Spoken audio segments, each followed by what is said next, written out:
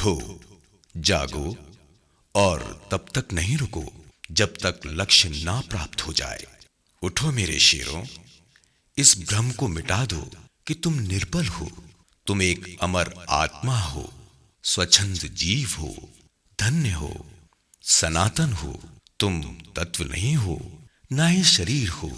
तत्व तुम्हारा सेवक है, तुम तत्व के सेवक नहीं हो।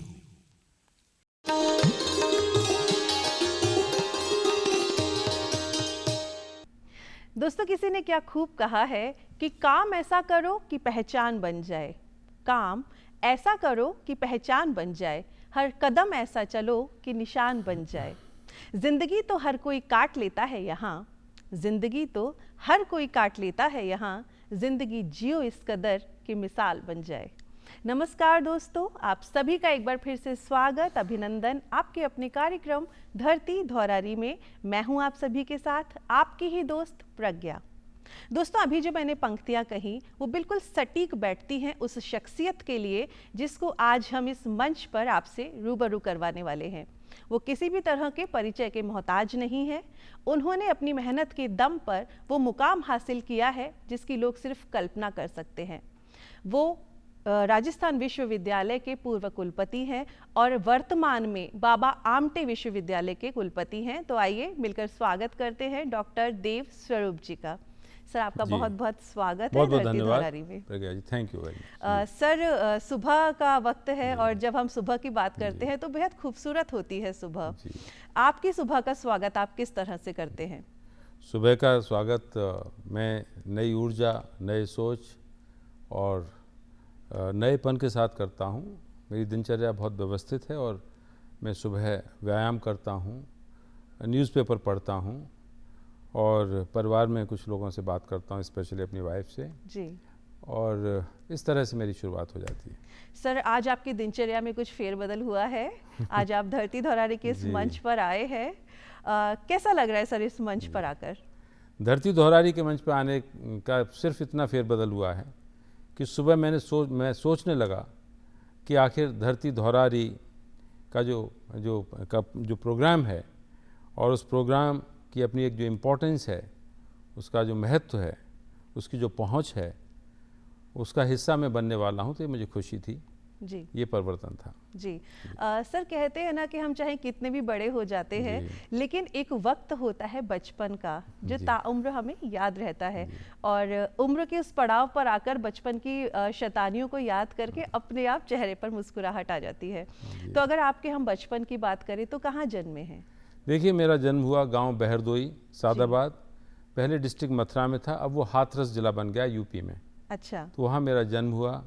हम लोगों की फैमिली एग्रेरियन, हमारे पिताजी माताजी किसान थे और हम लोग मैं वहाँ पैदा हुआ। उसके बाद फिर वहीं पढ़ा 5वीं तक और उसके आगे तो गांव में मैं जब 5वीं तक था तो मेरा बचपन था तो सामान्य बच्चों की तरह से, लेकिन हमारे माताजी पिताजी का जो ओवरऑल एक उनका जो प्रभाव था, उनकी जो मौजूदगी थी, उनकी जो कर्मठता थी, वो हमारे लिए बहुत शुरू से एक प्रेरणा बनी जी। तो वो एक अपनी जगह पर है, लेकिन गांव में बच्चों के साथ भी मुझे ये अवसर मिला कि मैं एक लीडिंग रोल प्ले करता था और बच्चों में भी आगे रहता था जी।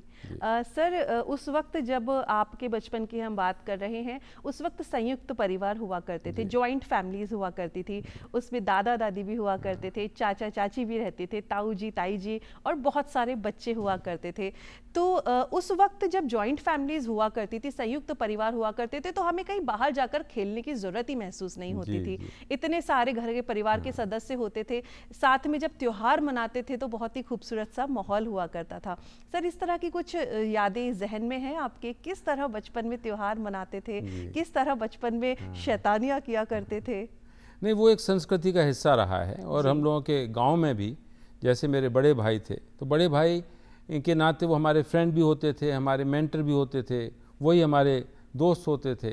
तो एक तरह से वो एक ऐसा माहौल था जिसमें लर्निंग भी होती थी और एक प्रोटेक्शन भी होता था। बड़े भाई के नाते सब जो है वो प्रोटेक्ट भी करते थे। और जहाँ तक त्योहारों का सवाल है तो एक ऐसी हार्मनी थी, एक परिवार में एक ऐसा अपनापन था कि जिसे शब्दों में शायद व्यक्त करना मुश्किल है, पर वो एक ऐसी स्थिति थी जिसमें सब एक दूसरे को जानते थे, मानते थे, एक दूसरे को चाहते थे, प्यार करते थे, एक दूसरे को जानते थे बहुत अच्छे से कि किसकी क्या स्ट्रेंथ्स हैं, क्या वीकनेसेस हैं। और वो एक ऐसा ओकेजन था जब बिना कुछ प्रयास किए हमें सुपरविजन मिलता था बड़ों का, और छोटों को हम उसे ट्रांसफ़र करते थे। सर मुझे कुछ चीज़ें बचपन की याद हैं। जब त्योहार होते थे तो दादियाँ नानियाँ घर में चौक में मांडने बनाया करती थी, पकवान घर में बनते थे और उस पकवान की खुशबू से पूरा घर महक जाया करता था। सर ऐसा बचपन हमने जिया है और ऐसा बचपन आपने भी जिया है। मुझे ऐसा लगता है कि आज के बच्चे कुछ उस बचपन से वंचित रह गए हैं, क्योंकि संयुक्त परिवारों की जगह एकल परिवार ने ले लिया है।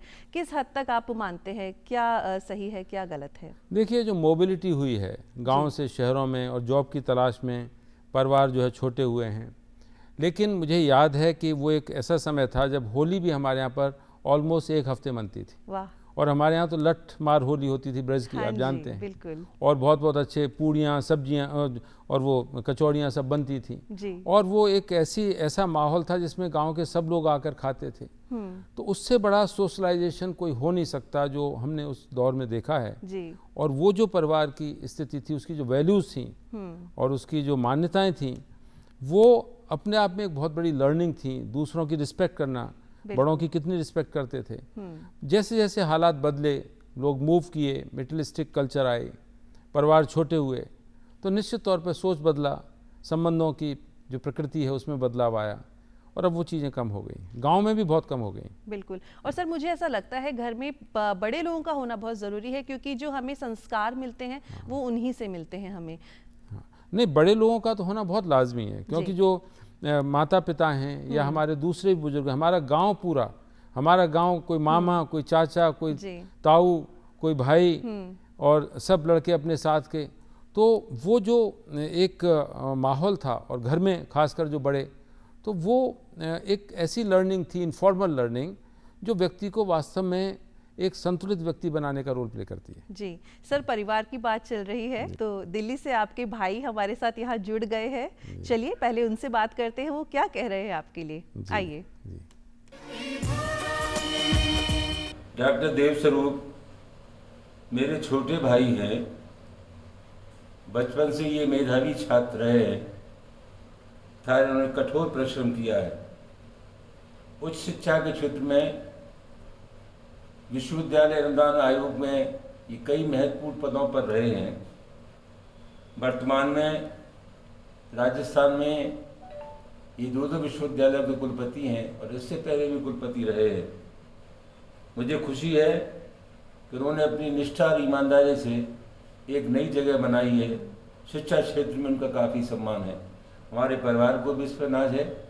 मेरी बहुत बहुत शुभकामनाएं डॉक्टर देवस्वरूप के साथ। सर ये आपके भाई थे, इन्होंने आपको बताया कि बचपन से ही आप मेधावी छात्र रहे हैं और वर्तमान में 2 विश्वविद्यालयों के कुलपति हैं आप जी। उस बारे में भी हम बात करेंगे, लेकिन हम शिक्षा की बात करते हैं कि शिक्षण के क्षेत्र में आना किस तरह हुआ आपका। सबसे पहले तो मैं ये बताऊं कि जो मेरे बड़े भाई हैं ये मेंबर पार्लियामेंट हैं, राज्यसभा के मेंबर हैं जी। पहले 4 बार लोकसभा के मेंबर हैं, सेंटर में मिनिस्टर भी रहे जी। और 77 में सबसे कम उम्र के एमपी बन गए थे जी। तो ये मेरे सबसे बड़े भाई, मुझसे 11 साल बड़े हैं। अच्छा। उसके बाद मेरे दूसरे भाई एक IAS बन गए। तो हकीकत यह है कि इनकी मौजूदगी ने और इनके मार्गदर्शन ने हमें जो पर्सपेक्टिव दिया लाइफ के बारे में जी, और एक नज़रिया दिया सोचने का जी, कि हम कुछ भी हासिल कर सकते हैं, वो सबसे इम्पोर्टेंट है जी। तो इसलिए उनका तो जो योगदान है हमारे जीवन में वो अनपैरेलल है जी। अब जहाँ तक उच्च शिक्षा की बात है जो आपने कहा, तो मैं उच्च शिक्षा में रहा बहुत लंबे समय तक। जैसा उन्होंने कहा, मैं यूनिवर्सिटी ग्रांट्स कमीशन में 28 साल तक काम किया मैंने। वाह। और मैं एडिशनल सेक्रेटरी, मेरा लास्ट असाइनमेंट था जी। और UGC में ऑफिसर्स के नाते जो अकम्पलिशमेंट्स मैंने किया, मुझे करने का अवसर मिला, वो बहुत ही कम या बहुत मुश्किल से किसी को मिलता है जी। तो ये एक यात्रा है, एक जर्नी है, इसके भिन्न भिन्न पड़ाव हैं और मैंने हर एक स्तर पर ये कोशिश की कि मैं मेहनत से, ईमानदारी से और पूरी कर्मठता से अपने काम को करूं, क्योंकि मैं ये मानता हूं कि मेहनत और ईमानदारी का कोई रिप्लेसमेंट नहीं। बिल्कुल सर, इसीलिए तो कहते हैं हार्ड वर्क ऑलवेज पेज। जी हाँ। सर आप बहुत से डिपार्टमेंट्स में रहे, बहुत लंबी एक आपने जर्नी बिताई है। अगर उस पूरे बारे में बात करने लगे तो शायद वक्त भी कम पड़ जाएगा, लेकिन सर कहते हैं कि जब हमारी लाइफ में पहली बार कुछ होता है वो हमेशा हमें याद रहता है। अगर हम पहली पोस्टिंग की अगर आपकी बात करते हैं, पहली पोस्टिंग कहाँ रही सर, और उनमें क्या आपने नवाचार किए? पहली पोस्टिंग से पहले मैं कहूँगा जब मैं PhD कर रहा था जी, तो इंस्टीट्यूट ऑफ सोशल साइंसेज है आगरा में, उसके डायरेक्टर थे प्रोफेसर D.D. जोशी। अच्छा। बहुत ही सोफिस्टिकेटेड, बहुत ही एमिनेंट एजुकेशन थे, तो डायरेक्टर थे। और एक बार मैं उनके पास बैठा हुआ था जी। तो बहुत से लड़के लड़कियां उनके पास आए और उनकी स्पोर्ट्स टीम्स की प्रॉब्लम्स थी। और किसी ने कहा कि हमें ये चाहिए, किसी ने कहा ये चाहिए, तो वो सुनते रहे। सुनने के बाद जब वो सब लोग चले गए तो उसके बाद उन्होंने मुझसे कहा कि देवस्वरूप तुम क्यों नहीं बन जाते हो इन टीम्स के कैप्टन, इससे मुझे मुक्ति मिल जाएगी, तुम इसे हैंडल कर लो। जी। तो मैंने कहा सर मैं तो ये खेलता ही नहीं हूँ। उन्होंने कहा कोई नहीं, बात ख़त्म हो गई। दूसरे दिन जब हम इंस्टीट्यूट में आए तो सामने एक बोर्ड था, नोटिस बोर्ड, जिसमें डायरेक्टर के नोटिस लगे रहते थे। तो उसमें नोटिस लगा हुआ था, सब लड़के देख रहे थे बड़ा गौर से, तो मैंने भी आकर देखा तो उसमें लिखा हुआ था Devswarup is non playing captain of all teams. अच्छा। डायरेक्टर। सो मुझे एक तो अवसर मिला, दूसरे मैंने अपने किरदार के साथ जस्टिस किया। और बहुत सी चीज़ें, जहाँ तक नवाचार की बात है, देखिए आपको रोज़ कुछ न कुछ ऐसे अवसर मिलते हैं जिसमें आप एक काम को करते हैं, लेकिन उस काम को अगर बहुत अच्छे से करते हैं, परफेक्शन के साथ करते हैं, तो उसके आउटकम्स डिफरेंट होते हैं। जी। तो मैं काफ़ी हद तक बहुत परफेक्शनिस्ट टाइप हूँ। अच्छा। मैं कोई सेकेंडरी मेरा कंसिडरेशन नहीं हो सकता। तो जहाँ जहाँ मैं रहा, ये इंस्टीट्यूट ऑफ सोशल साइंसेज में रहा, उसके बाद मैं यूनिवर्सिटी ग्रांट्स कमीशन में आ गया जी। और वहाँ पर मैंने बहुत इम्पोर्टेंट रोल प्ले किया। जी। उसके बाद जब मैं जॉइंट सेक्रेटरी था तो मुझे राजस्थान यूनिवर्सिटी का वाइस चांसलर बनने का मौका मिला। जी। और राजस्थान यूनिवर्सिटी में मैंने 30 साल के बाद असिस्टेंट प्रोफेसर्स लगभग 250 के सिलेक्शंस किए, जो अपने आप में एक हिस्ट्री है। और वो एक ऐसा कंट्रीब्यूशन है मेरा, मैं सोचता हूँ कि एक तरह से वो मैंने किया, अपना दायित्व का निर्वहन किया, लेकिन जो लोग उसके थ्रू राजस्थान विश्वविद्यालय का हिस्सा बने वो एक अपने आप में मिसाल है, मुझे ऐसा लगता है। जी। सर वर्तमान में आप बाबा आमटे दिव्यांग विश्वविद्यालय और कौशल विश्वविद्यालय के कुलपति हैं आप। सर कितना चैलेंजिंग है दिव्यांग जनों को शिक्षित करना, उनको कौशल की शिक्षा देना, क्या चैलेंजेस आपको फेस करने पड़ते हैं? देखिए चैलेंजेस तो हर एक उस सिचुएशन में होते हैं जब आपको नए सिरे से सब चीज़ें करनी होती हैं। इससे पहले मैं doctor Bhimrao Ambedkar law university का VC था, उसका भी मैं फर्स्ट वाइस चांसलर था। अच्छा। और कोविड के दौरान उस यूनिवर्सिटी को हमने इस्टेब्लिश किया है, वो भी अपने आप में हिस्ट्री है। पूरे स्टेट के लॉ कॉलेजेस उससे एफिलेट किए, उसका फर्स्ट कन्वोकेशन किया, चीफ मिनिस्टर और गवर्नर साहब दोनों रहे उसमें। अरे वाह। हाँ, और अभी उसका कैंपस बन गया है, तो वो एक अपने आप में एग्जाम्पलरी, मैं ऐसा मानता हूँ और शायद कोई उसे डिनाई नहीं कर सकता। उसके बाद मुझे बाबा आमटे दिव्यांग विश्वविद्यालय का कुलपति बनाया गया। तो ये जो बाबा आमटे दिव्यांग विश्वविद्यालय जैसे दिव्यांग विश्वविद्यालय, एक तो ये कि ये दिव्यांगों पर स्पेशली फोकस करने के लिए पूरे देश में केवल 2 विश्वविद्यालय हैं। एक तो है लखनऊ में शकुंतला मिश्रा विश्वविद्यालय, एक चित्रकूट में है, रामभद्राचार्य एक वो थे, उनके उसको गवर्नमेंट को दे दिया उन्होंने। अच्छा। तो स्टेट गवर्नमेंट का इनिशिएटिव और विजन देखिए कि उन्होंने यहाँ पर बाबा आमटे दिव्यांग विश्वविद्यालय बनाया और मुझे उसका फर्स्ट वाइस चांसलर बनाया। वाह। और मेरा सब्जेक्ट भी सोशल वर्क है। मैं social psychology, human behaviour, academic challenges और जो प्रेजेंट सिनेरियो है उसको समझता हूँ।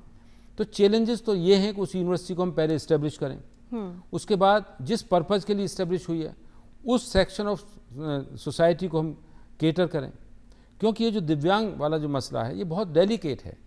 तो अभी बहुत बड़ी पॉपुलेशन है और स्पेशली एबल्ड में भी बहुत वास्ट एरिया है, मेंटली रिटार्डेड से लेके तमाम डिसेबिलिटीज़ हैं। तो हमारे सामने ये सवाल भी और हम ये कोशिश करेंगे। अभी एक प्रोग्राम हुआ था यूनेस्को का, उसमें था नो वन लिविंग बिहाइंड।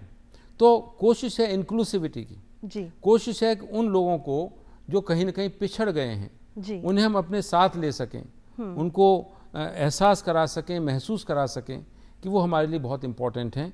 इसमें बिहेवियरल पार्ट बहुत है, एजुकेशन का पार्ट है, और उसके साथ साथ जो फैसिलिटीज़ हैं वो पार्ट है। स्टेट गवर्नमेंट ने बहुत इनिशिएटिव लिया है और department of social justice and empowerment के तहत यहाँ जामडोली में बहुत सी एक्टिविटीज चल रही हैं।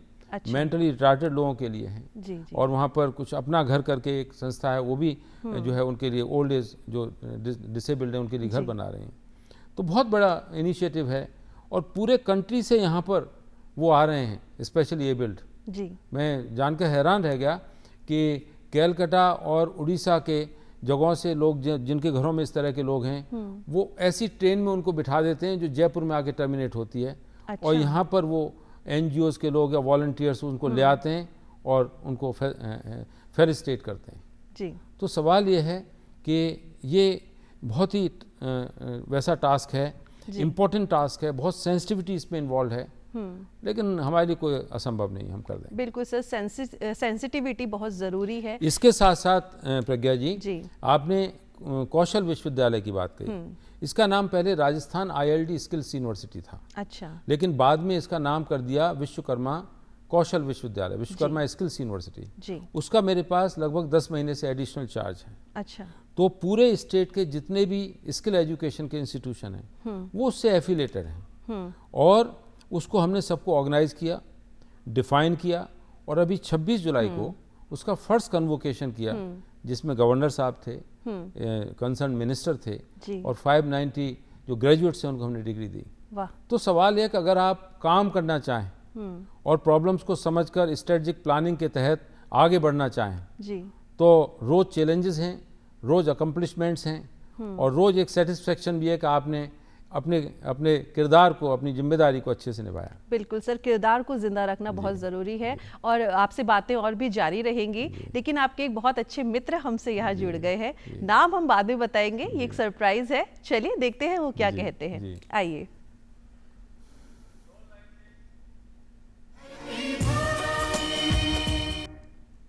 नमस्कार डॉक्टर देव स्वरूप सर और प्रज्ञा जी। आज धरती धोरारी के मंच पर आपको देखकर बड़ी प्रसन्नता की अनुभूति हो रही है। वस्तुतः यह कार्यक्रम ही कुछ इस प्रकार के स्वरूप को लिए हुए है कि जिन व्यक्तियों ने अपने व्यक्तित्व से, अपने मौलिक विचारों से, प्रखर मेधा से समाज के जीवन को बदलने के लिए कुछ कंट्रीब्यूट किया है। डॉक्टर देव स्वरूप जी भी एक ऐसी ही शख्सियत है जिन्होंने अपनी कर्मठता से, निरंतर नए चिंतन से प्रदेश के, विशेषकर राजस्थान के शैक्षिक परिदृश्य में अपनी एक विशेष छाप छोड़ी है।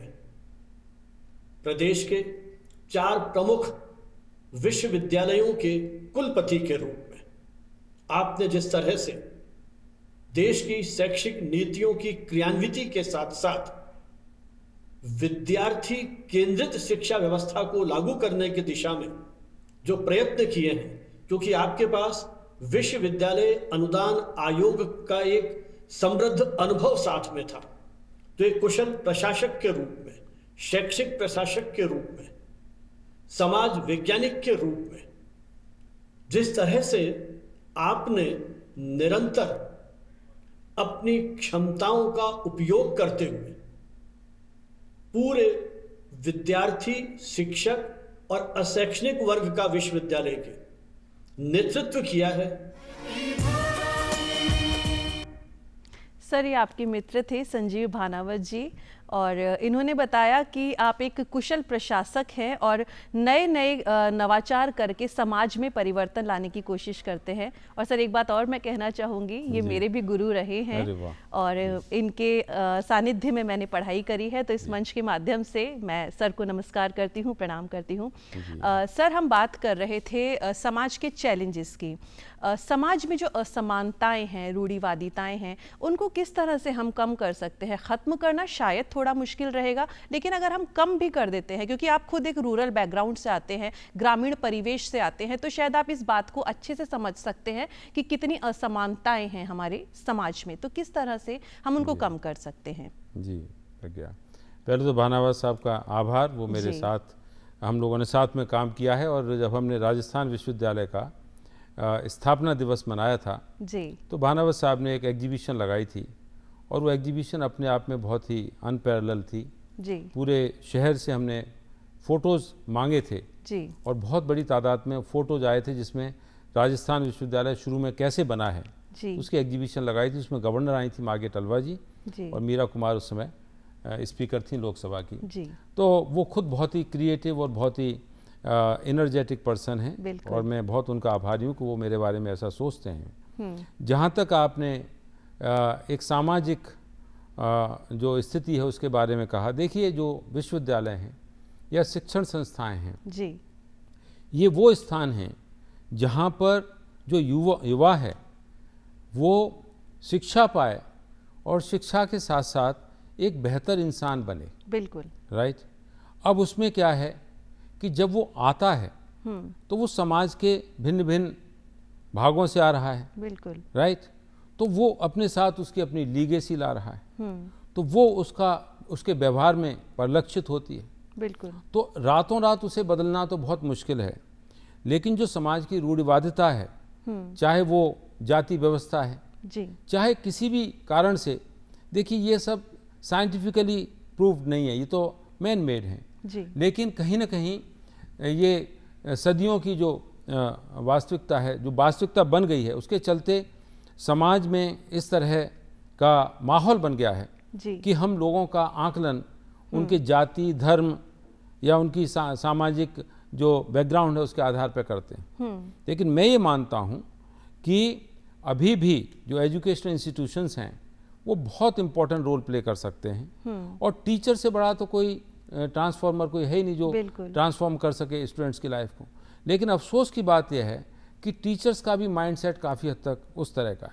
तो इसके लिए एक बहुत सिस्टमेटिक प्रयास की ज़रूरत है कि हम जो छात्र हैं और छात्रा हैं उनमें एक हार्मनी क्रिएट करें, और उनको हम ये कहें या उनको समझाएं, कन्विंस करें कि भाई तुम्हारा आकलन या तुम्हारी जो जगह है वो तुम्हारी जो क्षमता है या जो मेरिट है या जो एकेडमिक क्रेडेंशियल्स हैं उसके आधार पर होनी चाहिए। ये क्या चीज़ है, लेकिन अभी तो बहुत बढ़ गया है।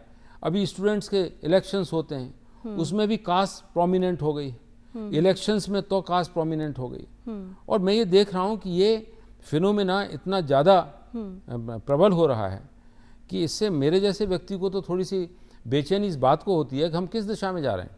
बिल्कुल, मैं अगर मान लो एक शेर है कि वो जिसका नाम कभी डायरी में लिखा था, वो जिसका नाम कभी डायरी में लिखा था, पता चला वो मेरी ज़िंदगी में लिखा था। वाह, और वो किस कबीले से है, किस घराने से है, जी, वो किस कबीले से है, किस घराने से है, ये सब उसके लहजे की शाइस्तगी में लिखा था। वाह, तो आपका जो लहजा है, आपका जो प्रेजेंटेशन है कि मैं अपनी जेब में अपना पता नहीं रखता, सफ़र में सिर्फ यही एहतमाम करता हूँ कि अगर मैं किसी से मिलूँ और अगर वो मुझे एज ए ह्यूमन बीइंग याद न रखे या अप्रिशिएट न करे तो फिर मेरा क्या किरदार है। बिल्कुल सर, आपने बहुत अच्छी बात कही कि शिक्षित होना बहुत ज़रूरी है, लेकिन उससे भी ज़्यादा ज़रूरी है एक बेहतरीन इंसान होना, क्योंकि अगर आप एक बेहतरीन इंसान होते हैं तो आप समाज के हर दुख को, हर सुख को बेहतर तरीके से समझ पाते हैं।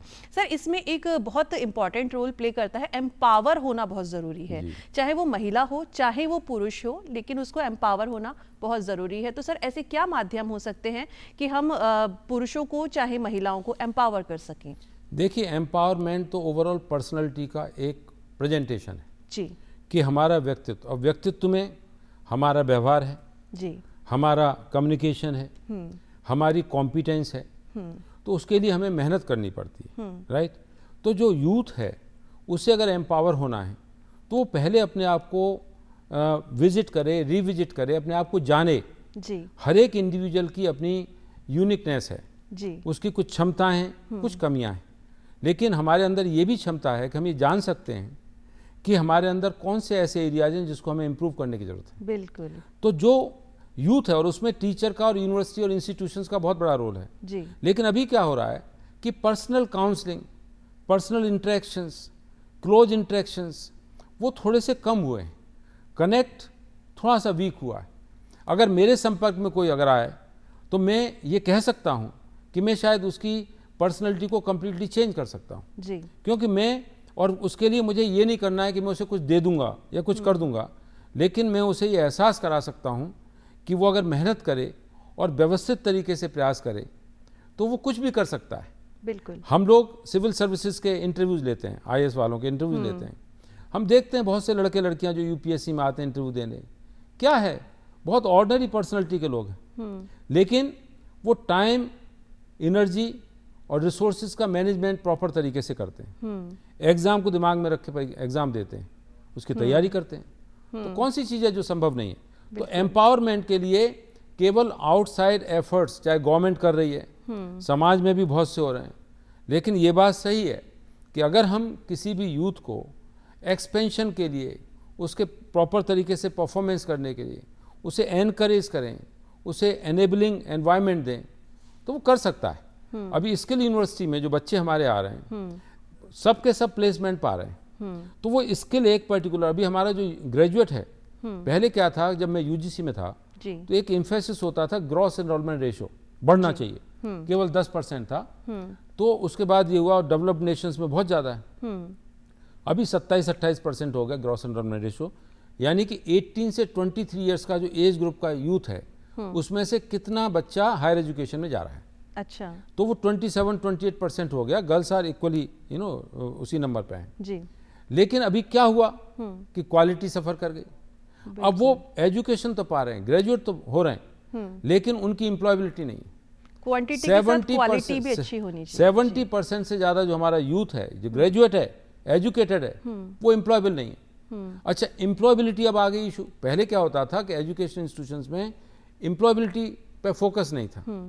अब ये हुआ कि भाई पढ़ रहे हो तो पढ़ के कुछ जॉब भी पाओ, परिवार के लिए उनकी जीविका का साधन बनो, उनका माध्यम बनो।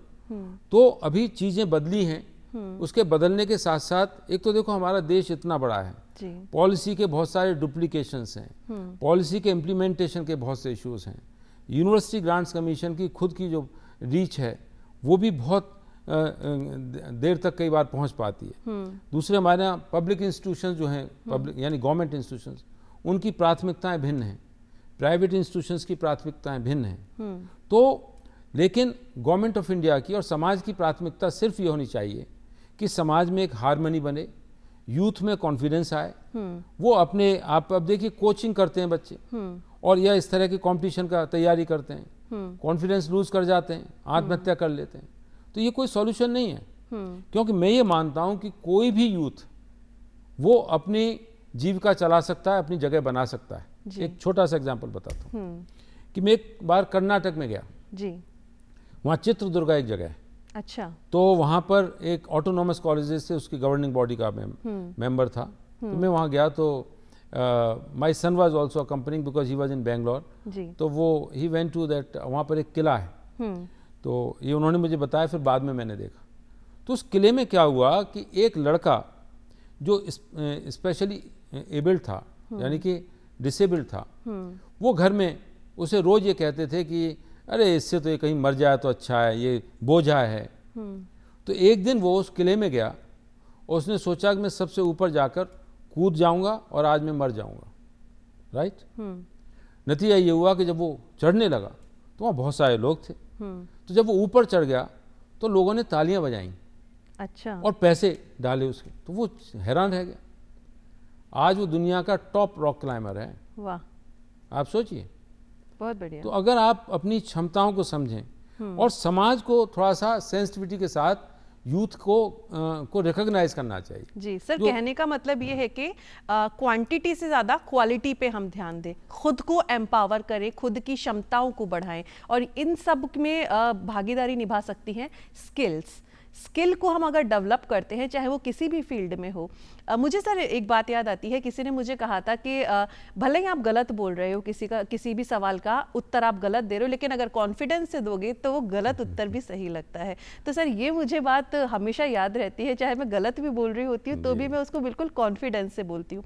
तो ये स्किल ही तो है, हमें स्किल को डेवलप करना है। और आप स्किल यूनिवर्सिटी के चांसलर हैं, वाइस चांसलर हैं, तो सर आज के परिवेश को देखते हुए जो युवा पीढ़ी है उसको स्किल की शिक्षा देनी कितनी ज़रूरी है? नहीं, बहुत ज़रूरी है, और सबसे ज़्यादा ज़रूरी है, मैं देखता हूँ जो रूरल यूथ है उसके लिए सबसे ज़्यादा ज़रूरी है कम्युनिकेशन स्किल्स, सॉफ्ट स्किल्स।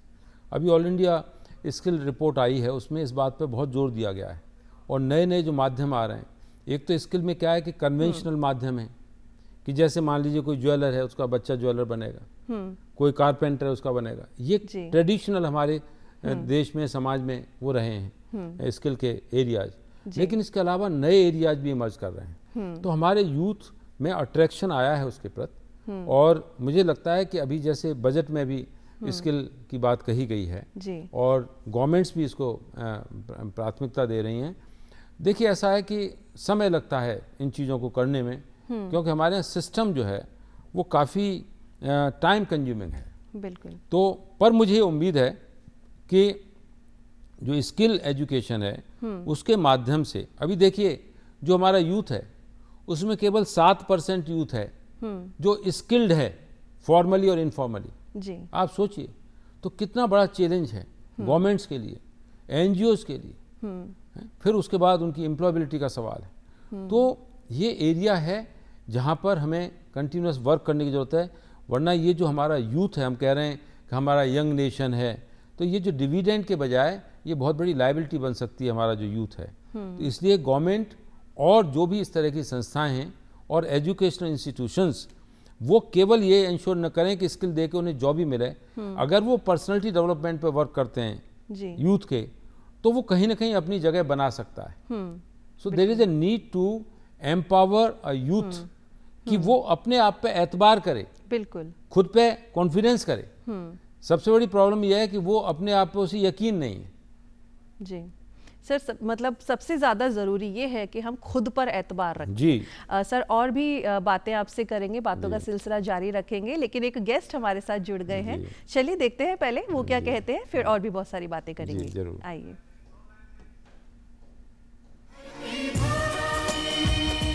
नमस्कार, मैं professor Vidya Patni, former professor at the University of Rajasthan Jaipur. Doctor Devswarup sir ने ज्वाइन किए थे as vice chancellor at the University of Rajasthan. उसके बाद सर ने रिक्रूटमेंट्स किए थे for the post of assistant professor. So जैसे ही सेलेक्शंस हुए, कुछ सेलेक्टेड कैंडिडेट्स हमारे पास आए थे, तो हमने कहा भाई आपको कैसे पता लगा? तो बोले कि हमारे पास वाइस चांसलर सर का फ़ोन आया था। मैंने कहा वाइस चांसलर सर का phone? Oh my God, really, how nice. तो मतलब it's surprising that a vice chancellor is calling and informing. Sir को क्या एक हैप्पीनेस थी ये कि स्टूडेंट्स जो सेलेक्ट हुए उनको कितनी खुशी होगी। So that was one very important incident. Another important जो मैं रिकॉल कर रही हूँ, सर सो जेनरस कि एक स्टूडेंट खड़ी हुई थी वीसी सेक्रेटेरिएट के बाहर, तो सर ने पूछा कि बेटा कैसे परेशान हो रहे हो? तो शी सेड सर हमारे पास फीस नहीं है। तो सर ने इमीडिएटली उसको अपने फीस दे दिए।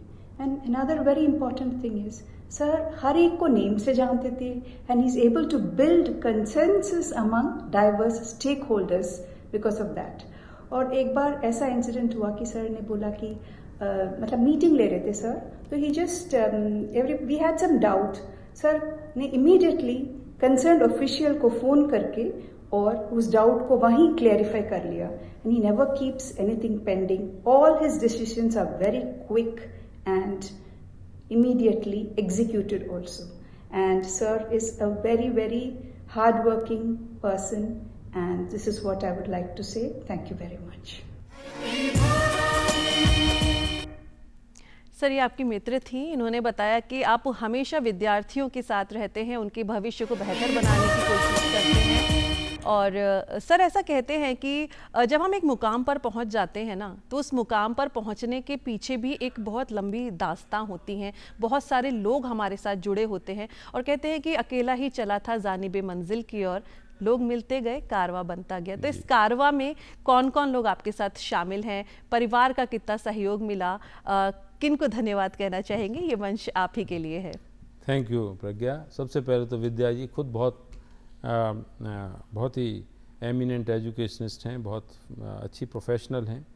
इन्होंने मेरे साथ काम किया और ये उनका अपना भाव है कि उन्होंने इस चीज़ को महसूस किया। लेकिन मैं ये मानता हूँ कि जो व्यक्ति है उसकी पहचान इस बात से है कि वो लोगों की भावनाओं को कितना समझता है, कितना सम्मान देता है। इन्होंने एक घटना बताई। तो जब हमने राजस्थान यूनिवर्सिटी में टीचर्स को अपॉइंट किया, बहुत बड़ी तादाद में अपॉइंट किया, डे एंड नाइट वर्क किया, तो जो सभी टीचर्स अपॉइंट हुए उन सबको पहला फ़ोन मैंने किया। वाह। और मैंने इसलिए किया कि जो टीचर राजस्थान विश्वविद्यालय का 35-40 साल तक इसका हिस्सा बनने वाला है, उसको ये फीलिंग आनी चाहिए कि वो कितना इम्पोर्टेंट है, कितना वेलकम्ड है। और उससे उन्हें तो आश्चर्य हुआ, लेकिन मुझे बहुत खुशी हुई, क्योंकि इन सब छोटी छोटी चीज़ों से व्यक्ति के सोच से व्यवहार पर और ओवरऑल जो पर्सपेक्टिव है वो बदलता है। बिल्कुल सर और भी बहुत सारी आपसे बातें करेंगे। अभी इस वक्त आपकी धर्म पत्नी आप जुड़ चुकी हैं हमसे, पहले उनको देखते हैं क्या कह रही हैं। आइए।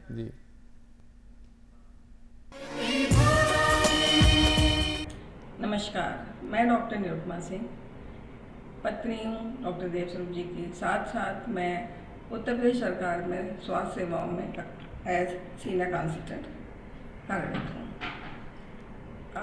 मैं देव को बहुत पहले से जानती हूँ और मैं उनके बारे में कहना शुरू करूँगी कि it will be very long, तो मैं चाहती हूँ कि बहुत शॉर्ट में कुछ आपको बताती हूँ। He is a wonderful person और वेरी स्ट्रॉन्ग उनका कन्विक्शन है, कमिटेड है, हार्ड वर्किंग है, ऑनेस्ट है and very target oriented approach रखते हैं। और लाइफ में उन्होंने हमेशा कोशिश करी कि अपने साथ सबको लेके चलें, सबको ज्वाइन कराएं। ये ऐसा उनका हमेशा रहता है, पूरे परिवार को हमेशा जोड़ के रखते हैं। वो बच्चों के साथ भी उसी तरीके से फ्रेंडली बिहेव करते हैं। देव की एक खूबी है कि वो जो भी काम लेते हैं उसको वो अपना पर्सनल एक तरीके से टारगेट बना लेते हैं कि ये मुझे करना है तो मुझे करना है, कैसे करना है उसके फिर वो सब तरीके से उसको ढूंढते हैं, कोशिश करते हैं कि मैं किस तरह से इसको अचीव कर लूँ। That's the way he is. और इसी तरह से वो हमेशा ज़िंदगी भर रहे हैं और मैं चाहती हूँ कि वो आगे इसी तरह से बढ़ते रहें, अपनी सारी जो ख्वाहिशें हैं वो पूरी करते रहें। उसी में हम लोगों की भी खुशी है और इससे आगे मैं उनके बारे में क्या कहूँ, आप लोग तो सब जानते हैं। गुड मॉर्निंग, नमस्ते सभी को। मैं वैशाली वर्मा, मैं डॉक्टर देव स्वरूप की डॉटर इन लॉ हूँ। पापा के प्रोफेशनल अचीवमेंट्स के बारे में तो सभी ने काफ़ी कुछ कहा होगा। एक फैमिली मेम्बर होने के नाते मैं उनके व्यक्तित्व के बारे में बताना चाहूँगी। मैं भी एकेडमिक्स में हूँ, तो इसलिए वो मेरे फादर इन लॉ होने के साथ साथ मेरे मेंटोर भी हैं।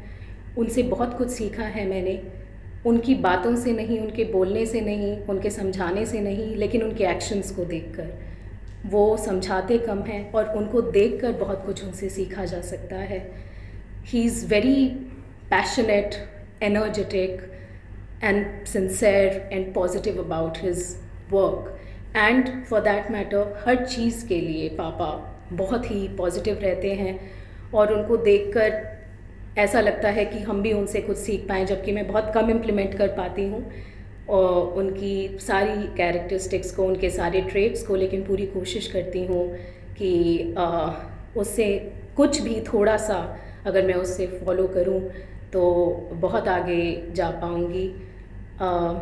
इसी के साथ साथ वो बहुत पंक्चुअल हैं, बहुत ऑनेस्ट हैं, उनसे हमने ये सीखा है कि कैसे आप हर सिचुएशन में अपनी इंटीग्रिटी को प्रिजर्व करके रखें।